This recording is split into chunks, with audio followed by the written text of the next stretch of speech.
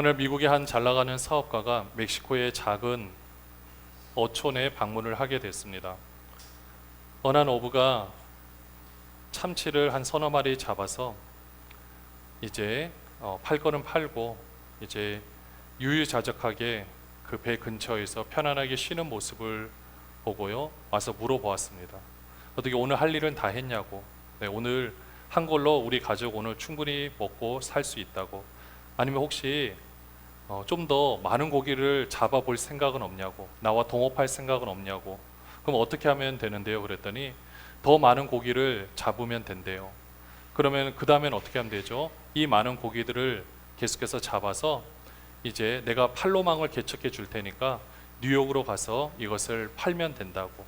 그 다음에 어떻게 하면 되는데요? 좀 더 큰 배도 사고 또 이제 회사도 차리고 그렇게 해서 조금씩 이 사업을 키워가면 된다고. 또 그 다음에 어떻게 하면 되는데요? 그랬더니 이제 건물도 사고 이걸 통해서 사업을 더 확장시키고 주식에도 이제 주식회사로 만들어서 주식도 이제 크게 벌고. 그러면 그렇게 만드는 까지 어느 정도 걸릴 것 같나요? 한 15년에서 20년 정도면 됩니다 라고 얘기를 하는 거예요. 그러면 그렇게 다 이루면 이제는 어떻게 하죠? 이제 그럼 주식들을 다 팔고 회사를 다 정리를 해서 편안하게 노후 생활을 즐기면 된다고. 그래 와서 어촌에서 고기도 잡고 자녀들과 함께 시간도 보내고 또 마음껏 낮잠도 자고 편안하게 쉼을 가지면 된다고. 그랬더니 이 사람이 하는 말이 제가 지금 그것을 하고 있는데요, 그럼 15년 후에 다시 그것을 해야 되나요? 뭐 이렇게 얘기를 했다라는 그런 이야기가 있습니다. 여러분들, 어쩌면 우리가 누리고 있는 이 귀한 삶이 그 사업가의 눈에는 돈이 안 되는 삶처럼 보일 수도 있습니다. 그리고 미련한 삶처럼 보일 수도 있어요. 아무것도 아닌 것처럼 보여질 수도 있습니다. 내가 오늘 잘 살았음에도 불구하고 때로는 SNS에서 나오는 그 삶의 기준으로 본다면 나는 어제의 삶이 갑자기 평가가 절하가 되는 뭐 그런 삶을 살 때도 있습니다. 나는 잘하고 있는데, 내 페이스대로 잘하고 있는데 내 페이스를 그대로 인정하지 않는 주위의 삶의 기준들이 많이 있죠. 그러다 보면 무너지는 것이 우리의 마음이고 우리의 삶입니다. 우리는 이런 현실 가운데 우리의 삶을 살아내고 있습니다. 이러다 보니 세상은 점점 너무나도 빨라지고 있고 요즘에는 AI라는 것이 계속 화두가 되고 있죠. 예전에 제가 대학교에 들어갈 때만 하더라도 아직 컴퓨터가, 그러니까 인터넷이 자체가 없었을 때인데 모든 것들이, 과의 모든 것들이 다 컴퓨터화 되던 시대였습니다. 다 앞에 컴퓨터가 붙어요. 원래 전산학과가 있었으면 그건 그대로 유지되는데 나머지 일반 이학, 물리학이라든지 아니면 모든 그런 자연과학 계열도 앞에 다 컴퓨터가 붙는 시대가 되어버리고 말았습니다. 근데 지금이 그런 것 같아요. 모든 과에 AI가 붙어야만 학생들도 더 많이 지원을 하고 취업도 더 잘 되는 그런 상황에 이르게 됐죠. 그런데 이런 AI조차도 오히려 이 AI가 더 발전됨으로 말미암아 그쪽에 내가 코딩을 하겠다, 코딩이 이제 컴퓨터 프로그램을 짜는 거거든요. AI 관련 코딩을 하겠다라고 해서 도전하면 오히려 그 사람들은 자기 직업이 가장 없어질 위기에 처한다라고 합니다. 왜냐? AI가 코딩을 더 잘 해주거든요. 더 잘 짜거든요. 그래서 지금은 아주 특출나지 않으면 오히려 모든 사람들의 삶이 위협을 받고 있는 상황입니다. 얼마 전까지만 하더라도 AI는 사람의 감정을 읽지 못하니까 감정에 관련된 일을 하는 사람은 평생 먹고 살 수 있다, 이런 말이 있었어요. 그러나 지금은 그렇지 않습니다. 물론 AI가 감정을 읽지는 못해요. 그러나 공감을 기가 막히게 잘합니다. 그래서 웬만한 어떤 사람보다 얘기하는 것보다 AI하고 대화를 하고, 그래서 AI와 사랑에 빠질 일도 지금은 일어나고 있어요. 오히려 청소년들의 모든 고민을 지금은 부모님한테 듣는 것이 아니라, 선생님한테 듣는 것이 아니라, 그건 이미 옛날부터 안 들었었죠. 친구들하고도 얘기 어려우니까 AI한테 얘기를 합니다. 잘 들어줘요. 대답도 잘 해줍니다. 내가 정말 듣고 싶은 말만 이야기를 해줄 때가 있어요. 그래 지금은 우리의 모든 상황들이 다 불투명해진 이런 상황입니다. 경제도 지금은 참 어려운 상황이죠. 우리가 이런 모든 상황 가운데서 우리의 마음이 참 힘들고 무너질 때가 있습니다. 그러면 이것을 바라보면서 우리는 어떻게 해야 될까요? 가만히 생각해 보면 우리가 기독교인이라고 말을 하면서 우리가 이런 상황을 맞닥뜨리고 있을 때 우리도 일단 우리의 모습만 바라볼 때가 있습니다. 일단 우리의 자녀는 괜찮으면 되는 것 같고 또 내 삶은 괜찮으면 되는 것 같고, 근데 보면은 지금은 다 너무나도 유기적으로 다 연결이 되어 있어요. 이 모든 상황에서 나 혼자 우리만 해결한다고 될 문제가 아님을 보게 됩니다. 그래서 지금은 더 이 나라를 위한 기도가 필요하고요, 또 우리 가족과 우리 주위의 모든 환경을 놓고 기도하는 우리의 모습이 필요합니다. 이제는 우리의 자녀가 그 비전을 이룬다고 거기서 끝이 나는 것이 아닙니다. 그 비전을 이루기 위한 토양과 모든 문화적인 여건, 이 모든 상황들이 우리가 함께 기도로서 일구어서 함께 살아야만 지금은 살아갈 수 있는 시대라고 할 수가 있습니다. 이제는 교회도 개교회의 주의로 있는 것이 아니라 정말 아름다운 연합으로 이 나라를 함께 책임지며 우리 민족을 책임지며 함께 나아가야 될 방향으로 나아갈 때가 이르렀다는 겁니다. 이제는 우리의 자녀들이 이런 부분을 생각하고 비전을 품고 기도할 수 있는 자녀들로 만들어야 되고요, 지금 우리는 마지막으로 그 밑거름을 우리가 깔아줘야 될 상황에 이르렀다는 겁니다. 오늘 말씀에 등장하는 다니엘, 사실 누구나 되게 흠모하는 사람입니다. 왜 이렇게 다니엘을 흠모할까라고 생각해 보면, 제가 가끔 강의를 가거나 성경 공부를 할 때 꼭 물어보는 말이 있습니다. 여러분들의 자녀를 사도 바울처럼 키우고 싶으십니까? 아무도 대답을 안 합니다. 정말 충격적인 것은 여러분들의 자녀를 예수님처럼 키우고 싶으십니까? 대답할 것 같습니까? 안 합니다. 예수님처럼 키우고 싶으십니까? 아니, 이 세상에서 예수님처럼 키우는 것 이상의 영광이 어디 있습니까? 우리가 예수 그리스도의 제자라고 말하면서, 예수 그리스도를 믿는 기독교라고 말하면서, 그런데 우리의 자녀는 예수님처럼 되고 싶어 하지는 않아요. 우리도 비슷할지도 모릅니다. 그게 오늘날의 우리의 현실이에요. 그런데 다니엘, 요셉, 그러면 어때요? 멋있죠? 다니엘은 그렇게 우리가 꿈꾸던 정치계에서 대단한 인물 아닙니까? 그렇게 생각하니 많은 사람들이 출세, 요셉도 마찬가지예요. 일단 총리라는 것이 다 들어갑니다. 그러니 우리나라의 총리와 연관지어서 대단한 사람, 이렇게 키웠으면 좋겠다라고 생각을 하죠. 그리고 오늘 말씀 제목도 요즘에 우리가 다니엘을 보고 있으니까 거기서 본문을 택하면서 어떤 본문을 가지고 이야기를 할까 하니까, 지금 우리에게 있어서는 우리가 참 이 큰 총을 받은 사람이라고 깨닫는 것이 중요하겠다. 사실 하나님께서 그런 마음을 주셔서 오늘 본문을 택하고 말씀을 함께 나누는 겁니다. 근데 이 다니엘이 보시면 성경 속에서 참 중요한 인물이었던 이유가 무엇일까? 왜 하나님으로부터 큰 은총을 받았다라고 이야기를 할까 생각해 보니까, 다니엘은 자기 상황만 놓는 것이 아니라 나라의 어려운 상황을 놓고 기도하는 사람이었기 때문에 그렇습니다. 오늘 본문 한번 같이 보시면은요, 그 전에 다니엘서 9장 23절에 보면은 다니엘이 먼저 기도를 합니다. 이게 어떤 기도냐면요, 지금 나라의 어려운 상황들을 놓고 지금 어떻게 보면 포로된 상황이죠. 다니엘이 하나님께서 앞으로 일어날 일에 대해서 알려주시는 거예요. 그러니까 그렇게 했을 때 다니엘이 정말 안타까운 마음으로 기도를 하고 있는 겁니다. 우리 9장 23절, 우리 다니엘이 가졌던 그 마음을 생각하면서 같이 한번 읽어볼까요? 곧 내가 기도를 시작할 즈음에 명령이 내렸으므로 이제 내게 알리러 왔느니라. 너는 크게 은총을 입은 자라. 그런즉 너는 이 일을 생각하고 그 환상을 깨달을지니라. 다니엘서 9장에 보면 다니엘이 정말로 이 나라를 위해서 간절하게 기도하는 모습이 나옵니다. 우리의 공의가 대단해서 사실 기도하는 거 아닌 거 압니다. 오직 하나님의 이름을 위해서 우리를 긍휼히 여겨 달라고 간절한 마음으로 꼭 그 모든 죄악이 자신의 죄악인 것처럼 정말 간절하게 기도를 합니다. 근데 이때 이 천사가 이렇게 말해주고 있는 거예요. 네가 기도를 시작할 즈음에 명령이 이미 내렸다. 알려주라는 거죠. 그래서 와서 크게 은총을 입은 자라라고 이야기를 하고 있습니다. 다니엘이 크게 은총을 받았다라는 것은 이렇게 그 어려운 상황을 놓고 자신의 문제인 것처럼 기도하는 사람이었다라는 것입니다. 그러면 그 앞에 9장 20절에 보면은요, 어떻게 묘사를 하고 있는지 한번 보시면은요, 내가 이같이 말하여 기도하며 내 죄와, 같이 읽어볼까요? 내 죄와 내 백성 이스라엘의 죄를 자복하고 내 하나님의 거룩한 산을 위하여 내 하나님 여호와 앞에 간구할 때, 잘 보시면 내 죄와 내 백성 이스라엘의 죄를 자복했다라고 했어요. 그러니까 우선은 나의 죄입니다.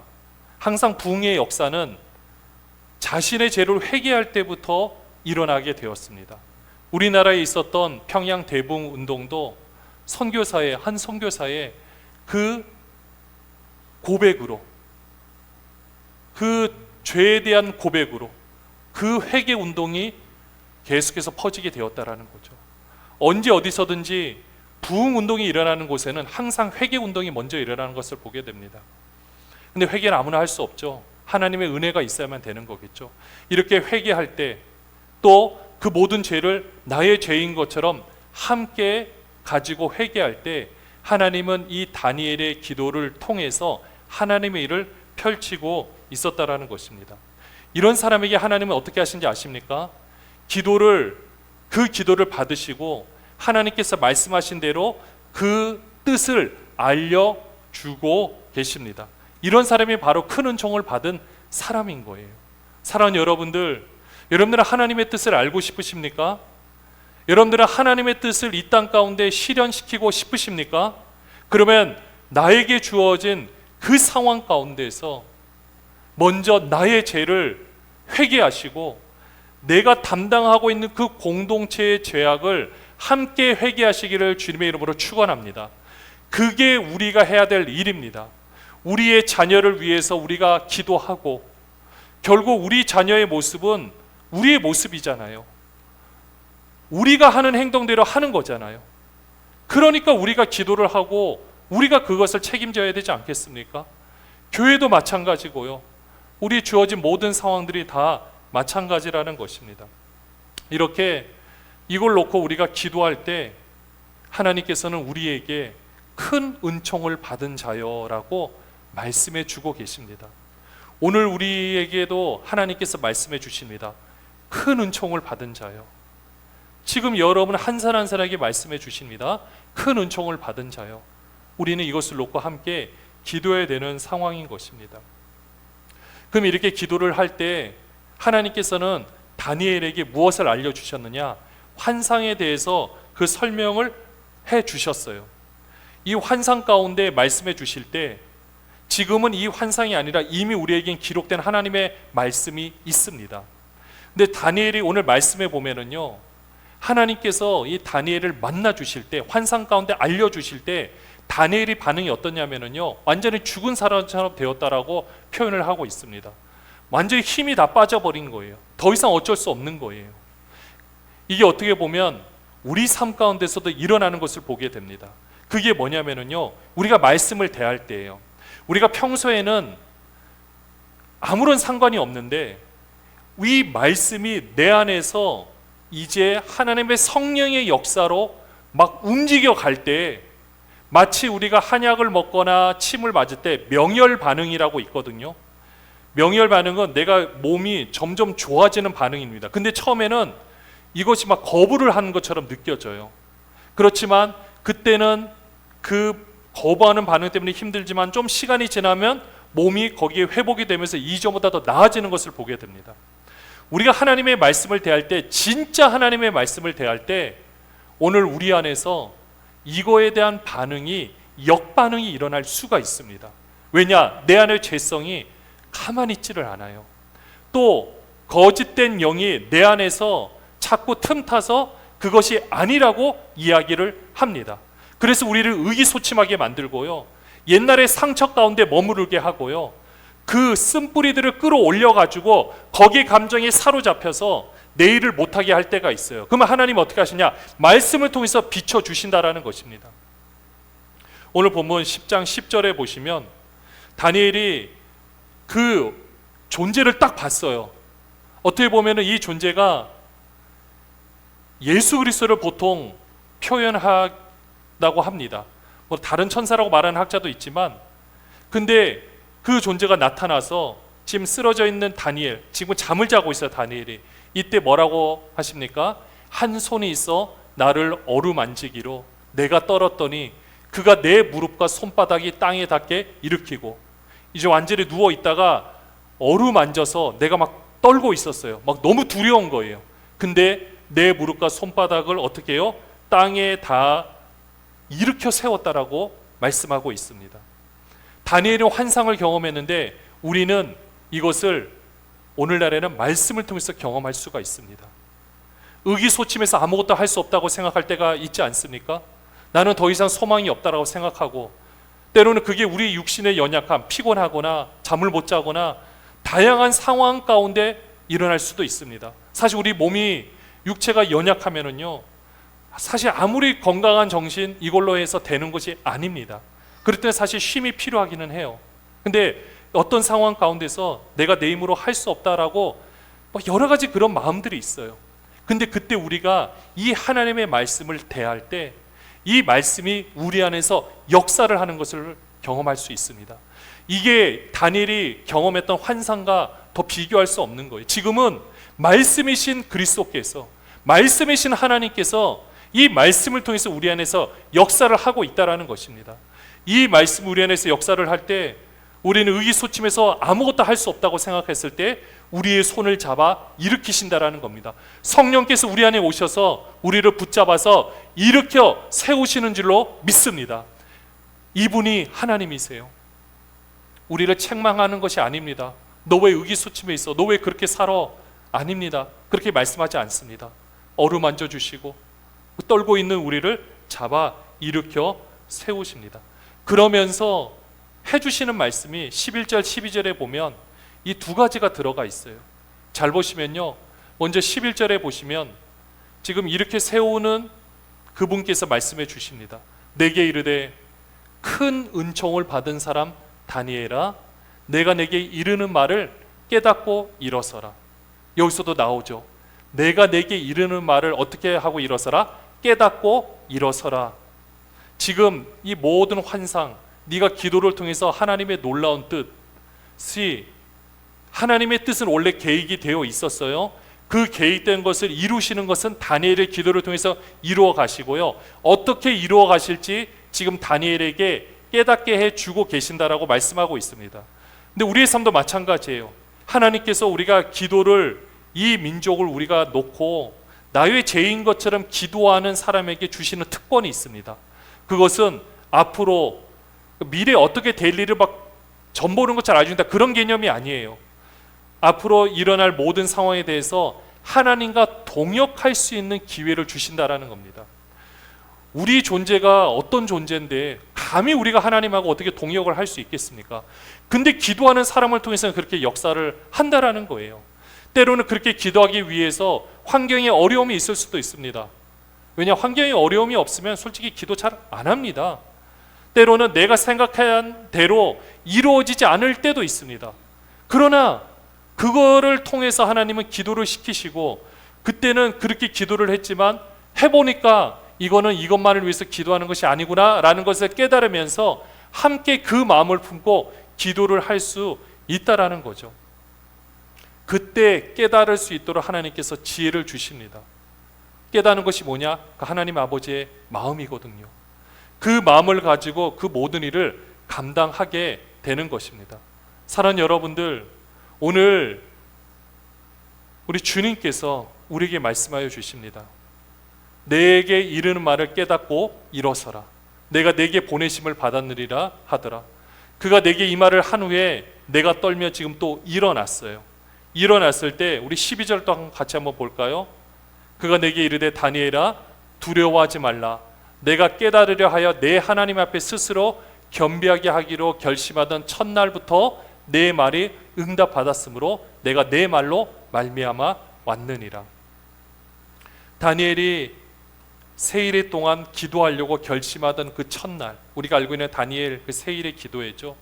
결심하려고 했던 그 첫날 이미 응답을 받았다라는 겁니다. 근데 이게 오면서 영적 전쟁 가운데 있다 보니까 방해하는 세력이 있어서 오지 못하다가 나중에 다른 천사의, 미가엘 천사의 도움으로 오게 되었다고 다니엘은 기록을 하고 있습니다. 정확하게 이 모든 것을 우리가 다 설명할 수는 없어요. 하지만 이걸 통해서 또 알 수 있는 것은 이 모든 상황 가운데서 보이지 않는 세계에서도 일어나고 있는 일들이 분명히 있다라는 것입니다. 그리고 그 영향력이 보이는 우리의 모습으로 나타나고 있다라는 거죠. 그러니까 우리가 큰 은총을 받은 사람이라면 내가 보이는 문제뿐만 아니라 보이지 않는 문제를 놓고 기도할 수 있는 우리가 되어야 한다라는 것입니다. 이게 정말 은총을 받은 사람의 특징이더라고요. 사랑하는 여러분들, 오늘 이 말씀들을 이렇게 보면서 은총을 입은 사람이 누굴까라고 정리를 해보니까 먼저는 다니엘이 지금 이렇게 주님을 만났던 것처럼 예수 그리스도를 인격적으로 만난 사람이라고 할 수 있습니다. 여기에 계신 모든 분들은 예수 그리스도를 인격적으로 만나신 줄로 믿습니다. 할렐루야. 그리고 두 번째로는 이웃과 민족을 위해서 기도할 수 있는 사람입니다. 나뿐만 아니라 내 주위의 모든 상황을 놓고 기도할 수 있고요. 그 다음에 세 번째로는 사명을 감당할 존재로 거듭날 수 있는 사람입니다. 우리는 지금 이 3번의 상황 가운데 우리는 계속해서 하나님께서 주신 사명을 이루려고 계속해서 우리는 거듭난 존재로 만들어져 가고 있습니다. 이런 우리에게 지금 주님을 만나고 나서 또 새롭게 되고 나서 오늘 19절 말씀에 보면은 또 다른 존재가 와서 이렇게 말씀을 해주고 있습니다. 이르되, 같이 읽어볼까요? 큰 은총을 받은 사람이여 두려워하지 말라, 평안하라, 강건하라, 강건하라. 그가 이같이 내게 말하며 내가 곧 힘이 나서 이르되 내 주께서 나를 강건하게 하셨사오니 말씀하옵소서. 이렇게 새로운 존재로 또 변하게 되었습니다. 오늘 이 말씀 우리에게도 그대로 말씀해 주십니다. 큰 은총을 받은 여러분들 두려워하지 마시기 바랍니다. 평안하시기를 바랍니다. 강건하시기를 바랍니다. 주님께서 오늘 우리에게 말씀해 주십니다. 그렇게 해서 우리는 다시금 새롭게 된 존재로서 주님께서 말씀하시옵소서. 내가 듣겠나이다. 내가 그 주님의 뜻을 위해서 기도하겠습니다. 내가 그 하늘의 뜻이 이 땅 가운데 이루어지도록 내가 기도를 하겠습니다. 이렇게 우리는 함께 나갈 수 있어야 하는 것입니다. 큰 은총을 받은 여러분들 하나님의 뜻을 품고 마음껏 기도하시길 바랍니다. 이 모든 상황을 놓고 우리가 함께 이 어려운 상황을 기도로서 헤쳐나가시길 바랍니다. 우리 교회의 상황, 우리 가정의 상황뿐만 아니라 우리나라의 상황조차도 우리가 할 수 있는 최선의 노력을 다하되 보이지 않는 영적인 세계를 위해서 함께 기도할 수 있는, 그래서 하나님으로부터 큰 은총을 받은 사람이라고 부름을 받을 수 있는 저와 여러분이 되시기를 주님의 이름으로 축원합니다.